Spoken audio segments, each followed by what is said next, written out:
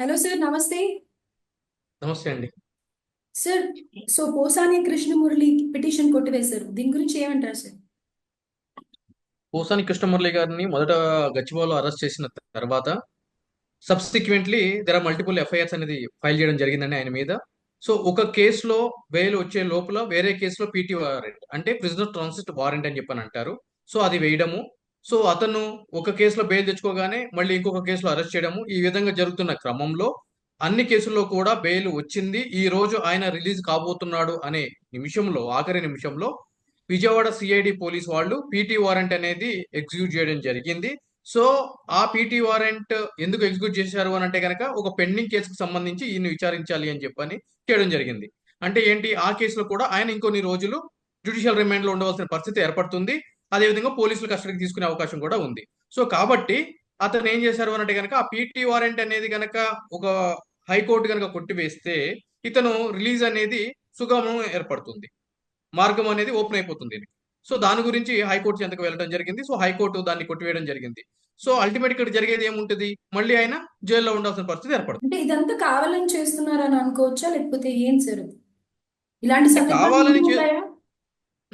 కావాలని చేస్తున్నారని అంటే కనుక ఇప్పుడు ఈ ప్రజాస్వామ్య దేశంలో నిజంగానే ఒక ప్రభుత్వం చేతిలో ఉన్నప్పుడు వాళ్ళు ఇష్టం వచ్చినట్లు ఎవరినైనా ఎత్తుకుపోవాలి, ఏదైనా చెయ్యాలి అని అంటే గనక లీగల్ గా పోలీసుల చేత ఒక చట్టపరమైన పద్ధతులు ఎందుకని చేయడం?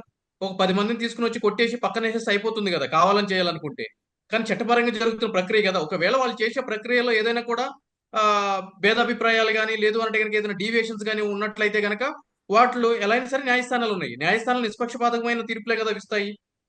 అందు గురించే కదా ఇప్పుడు వీళ్ళు బెయిల్స్ వచ్చినాయి అని అంటే కనుక అర్థం ఏంటి, అక్కడ చట్ట ప్రకారం ముందుకు వెళ్తుంది. ఒకవేళ కావాలని చేసినట్లయితే కనుక వాళ్ళకి ఇష్టమైన రోజులు అంటే మళ్ళీ ప్రభుత్వం వచ్చేంత వరకు కూడా కూర్చోబెట్టుకోవాల్సిన పరిస్థితి ఏర్పడుతుంది కదా. కానీ ఆ విధంగా లేదు కదా. ఈ రోజు కూడా ఒక పీటీ వారెంట్ అనేది ఎగ్జిక్యూట్ చేశారు అని అంటే కనుక అది కొట్టివేయాలని చెప్పి హైకోర్టుకి వెళ్ళడం జరిగింది. ఓకే. సో ఇదంతా ప్రజాస్వామ్య పద్ధతిలోనే జరుగుతుంది కదా. రైట్. సో మరి ఇప్పుడు కర్నూలు నుంచి గుంటూరుకి కూడా తరలిస్తున్నారు అని అన్నారు. దాని గురించి ఏం సార్? అవునండి, ఎందుకంటే కనుక కేసు ఎక్కడైతే రిజిస్టర్ అయిందో ఆ పోలీస్ స్టేషన్ కి సంబంధించిన పోలీసులు అంటే సిఐడి పోలీసులు గుంటూరులోనే, అంటే మంగళగిరి వాళ్ళ అంటే సిఐడి హెడ్ క్వార్టర్స్ మంగళగిరిలోనే ఉంది కాబట్టి గుంటూరు డిస్టిక్ వస్తుంది కాబట్టి. సో దానికి సంబంధించి విచారణ పర్పస్ ఇప్పుడు ఏ జైల్లో ఉన్నారో ఆ జైలు నుంచి విచారణ కోసం ఈ సంబంధించిన స్టేషన్ తీసుకురావడం జరుగుతుంది విచారణ నిమిత్తం, ఓకే. సంబంధించిన కోర్టు యొక్క అనుమతితోటి. రైట్. అది PT warrant, prisoner transit warrant. Okay. ఇప్పుడు బెయిల్, ఇన్ కేస్ బెయిల్ వచ్చిన తర్వాత అయినా కూడా మళ్ళీ ఆయనని వేరే కేస్ పెట్టి అరెస్ట్ చేసే ఛాన్సెస్ ఉన్నాయి అని అన్నారు కదా. సో బెయిల్ వచ్చినా కానీ మళ్ళీ అలాంటిది ఏదైనా జరిగేదా సార్, ఇన్ కేస్? ఇప్పుడు దీంట్లో కూడా జరుగుతుంది కదండి. ఇప్పుడు ఎందుకంటే కనుక అదోని కోర్టులో బెయిల్ వచ్చింది, విజయవాడ కోర్టులో బెయిల్ వచ్చింది, కర్నూలు కోర్టులో బెయిల్ వచ్చింది. మిగిలిన కేసుల్లో హైకోర్టులో ఛాలెంజ్ చేస్తే కనుక 41 సిఆర్పిసి 35(3) బిఎన్ఎస్ఎస్ ఇప్పుడు ఫాలో కమని వచ్చింది.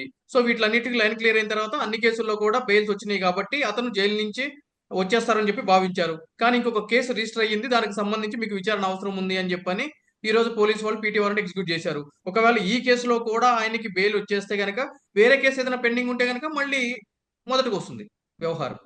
రైట్. ఇప్పుడు ఆయన మీద అనేక కేసులు ఉన్నాయి అని చెప్పేసి అంటున్నారు కదా సార్.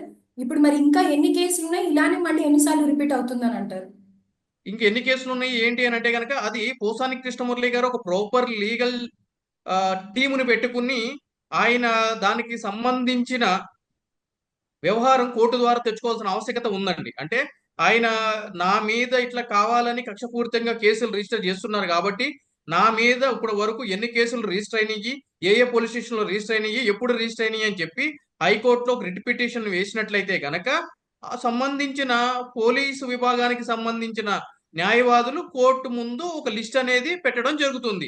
ఇప్పటి వరకు ఇన్ని కేసులు రిజిస్టర్ చేయడం జరిగింది, ఇన్ని కేసులు అరెస్ట్ చూపించాము, ఇంకా అరెస్ట్ చూపించాల్సిన కేసులు ఇన్ని ఉన్నాయి అని చెప్పని. సో ఆయనకి ఏమైతుంది, ఒక క్లారిటీ వస్తుంది. ఒకసారి హైకోర్టులో పోలీసు వాళ్ళు ఒక లిస్ట్ ఇచ్చిన తర్వాత మళ్ళీ ఫర్దర్ గా పెట్టడానికి అని అంటూ కూడా అవకాశం ఉండదు. ఈ లోపు ఈయన వీటన్నిటిలో కూడా బెయిల్ తెచ్చుకోవడానికి కానీ రిలీఫ్ తెచ్చుకోవడానికి కానీ హైకోర్టు నుంచి ఈయనక ఆ యొక్క మార్గం సుగమం అవుతుంది.